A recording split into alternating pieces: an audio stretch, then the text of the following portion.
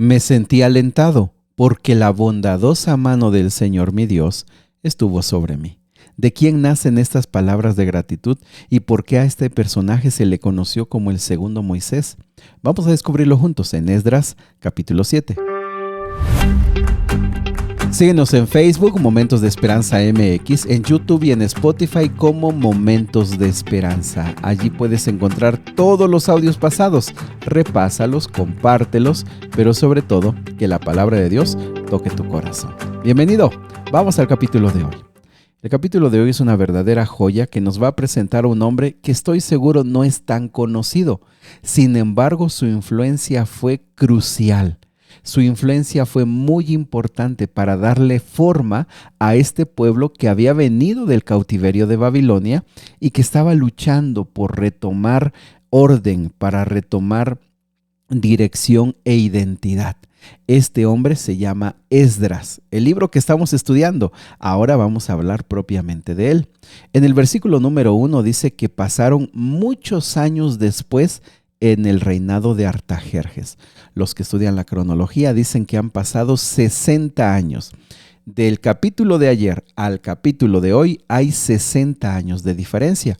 Esto en Babilonia se dio la historia de la reina Esther, la que siendo una joven desconocida judía, llegó a ser reina para ser instrumento de Dios para liberar al pueblo que estaba condenado en un decreto de muerte. Bueno, mientras eso sucedía allá en Babilonia, aquí en Jerusalén no pasaron cosas tan grandes, pero más adelante vamos a ver qué hubo en esos 60 años. Ahora viene Esdras. Esdras estaba en Babilonia, viene con un objetivo importante. Pero antes de decirnos su objetivo, versículo 1 al 5 nos muestra su genealogía. Él era sacerdote, Esdras era sacerdote, pero nos dice la genealogía para ayudarnos a entender que él venía directamente de Aarón, de Eleazar, de Sadoc. Estos tres personajes son muy importantes, así que Esdras tiene todas las credenciales para ser reconocido como un descendiente directo de Aarón. Pero no solamente eso, es reconocido de entre la descendencia de Sadoc que ellos fueron bien documentados de que fueron fieles y no cayeron en idolatría como muchos otros sacerdotes. Así que tiene aquí sus credenciales. Ahora, en el versículo número 6, nos da un panorama de él. Dice que era un escriba. ¿Qué es un escriba? La palabra escriba quizá nos suena como a un secretario glorificado, es decir, a un secretario como exaltado. No, realmente un escriba era una persona erudita, es decir, una persona que conocía a profundidad, en este caso, la ley de Dios, la ley de Moisés. Entonces, Esdras era una persona erudita que conocía. En segundo lugar, estoy leyendo el versículo 6, estaba en Babilonia y había venido de allá por una misión muy importante.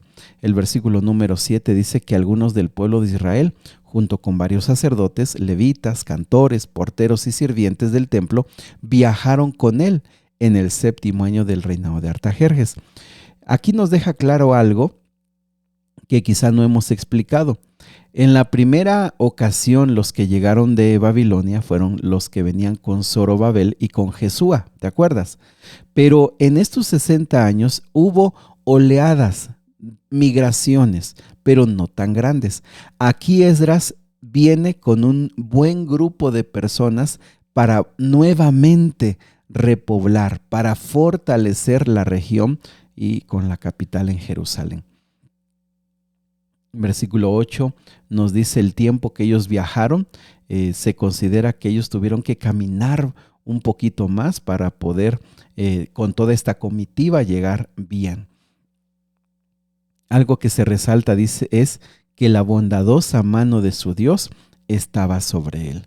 Y aunque hemos hablado de los problemas, de las dificultades que enfrentamos cuando obedecemos a Dios, este capítulo nos dice que a pesar de todo eso, uno sabe cuando la mano de Dios nos acompaña. Uno puede tener paz diciendo, sí, estamos pasando problemas, pero la mano de Dios viene con nosotros.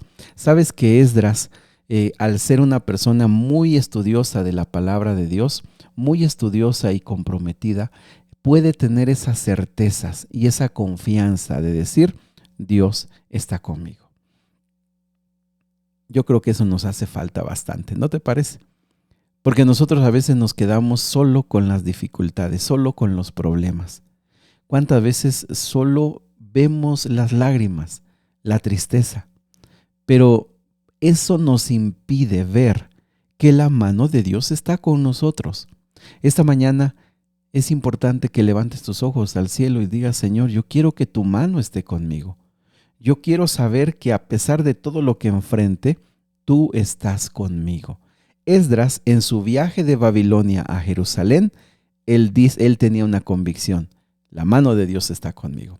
El versículo 10 lo tienes que subrayar, porque el versículo 10 engloba, encierra todo lo que era Esdras. Versículo 10.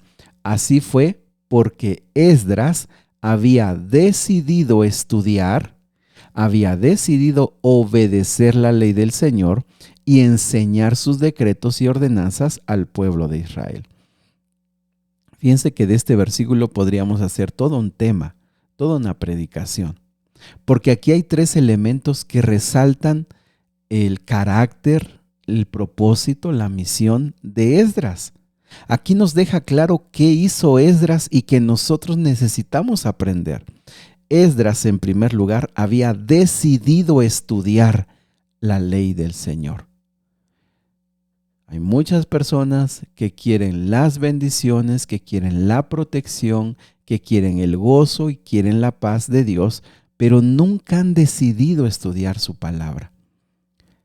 Hay gente que solamente tiene sueños, tiene deseos, quisiera tener una vida diferente, pero es el estudio, el decidir estudiar la palabra de Dios lo que hace que comencemos a estar en una comunión más íntima con nuestro Padre.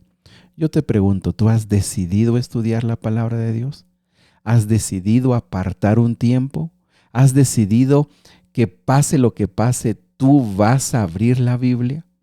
Bueno, eso lo puedes decidir ahora. En segundo lugar, él decidió obedecer. Y amigos, hay mucha gente que conoce, pero no obedece. Hay muchas personas que te pueden decir de memoria muchas partes de la Biblia, pero no la quieren obedecer. Quieren buscar solo lo que les conviene, quieren hacer solo lo que les agrada. Pero Esdras tenía algo, estudió y había decidido obedecer. Algunos consideran, como lo hemos dicho en varias ocasiones, que la palabra obediencia es una palabra que nos pone a hacer las cosas a la fuerza, que nos obliga.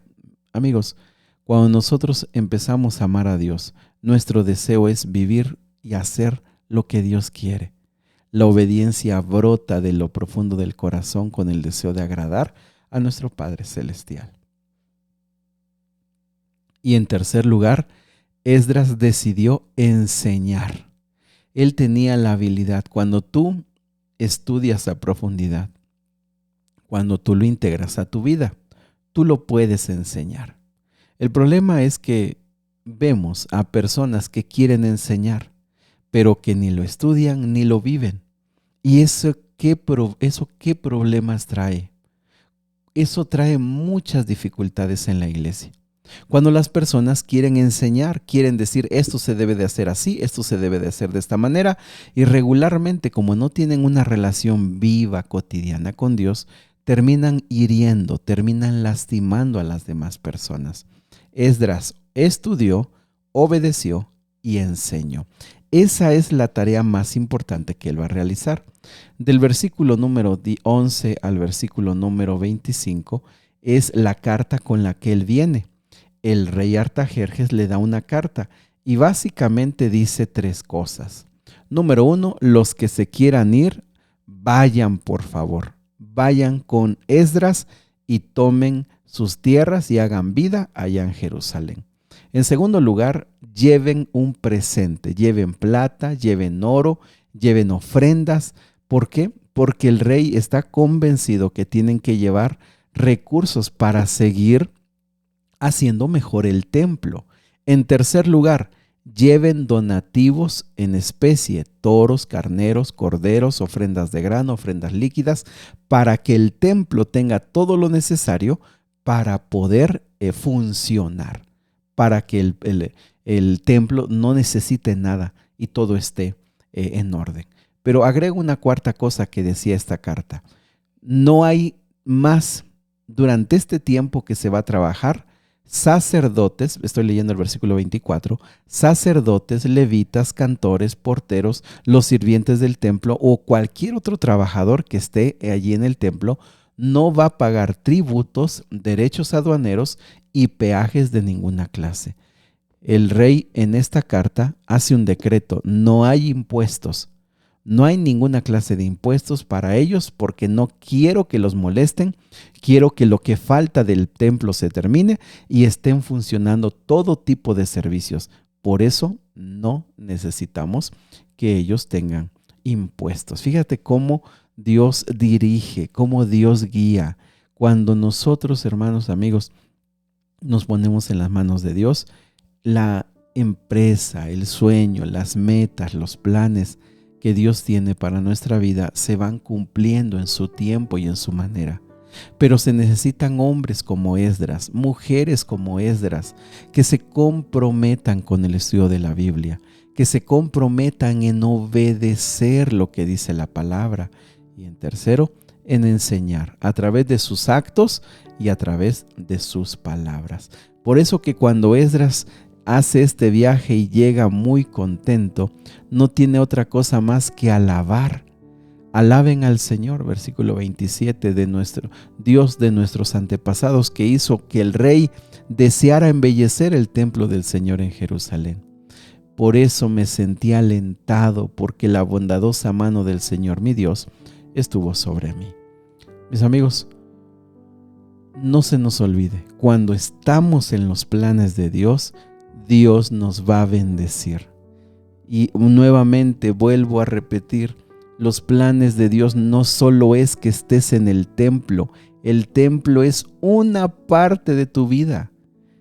Cuando estás en los planes de Dios se refiere a todos los aspectos de la vida. Cuando tú cuidas tu salud, cuando tú cuidas tu cuerpo, cuando haces una correcta administración de los recursos que Dios te dio, eres fiel con las ofrendas, eres fiel con los diezmos, compartes los recursos con los pobres, ayudas a tu prójimo. Esos son los planes de Dios.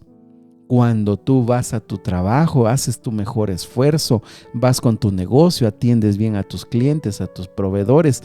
Cuando tu familia puede ver que tu carácter está cambiando, que tienes más paciencia, que les dedicas espacio, que tu cónyuge dice, este hombre, esta mujer está siendo diferente. Todos esos aspectos de la vida están allí los planes de Dios. Cuando estás en los planes de Dios, Dios te va a bendecir a pesar de que haya pruebas, a pesar de que haya problemas. La mano de Dios está con nosotros si nosotros lo queremos. ¿Cuánto hace falta hombres y mujeres hoy como Esdras para que salgan adelante los grandes proyectos que Dios tiene para su pueblo en este tiempo? ¿Te gustaría ser como Esdras? Yo creo que nuestro ejemplo más grande es Cristo Jesús. Pero la vida de Esdras nos inspira y nos ayuda a entender que Dios sigue bendiciendo hoy como lo hizo en el pasado. Querido Padre Celestial, vamos a conocer un poco más la vida de Esdras y queremos pedirte que nos inspires para anhelar ser mejores, amarte más, tener más fe, vivir con más gozo, vivir con planes, con sueños, con metas, vivir con objetivos bien trazados. Señor, que la vida de estos hombres que tú usaste, que fueron imperfectos como nosotros, nos inspiren y nos ayuden a entender que tu mano sigue estando a nuestro lado, que tú vas a abrir puertas, que vas a cerrar puertas, que nos vas a conectar con personas, que alejarás personas de nosotros. Ayúdanos a ser más espirituales, más consagrados, más dedicados, más fieles, más leales. Te lo pedimos, Señor, en el nombre de Jesús. Amén.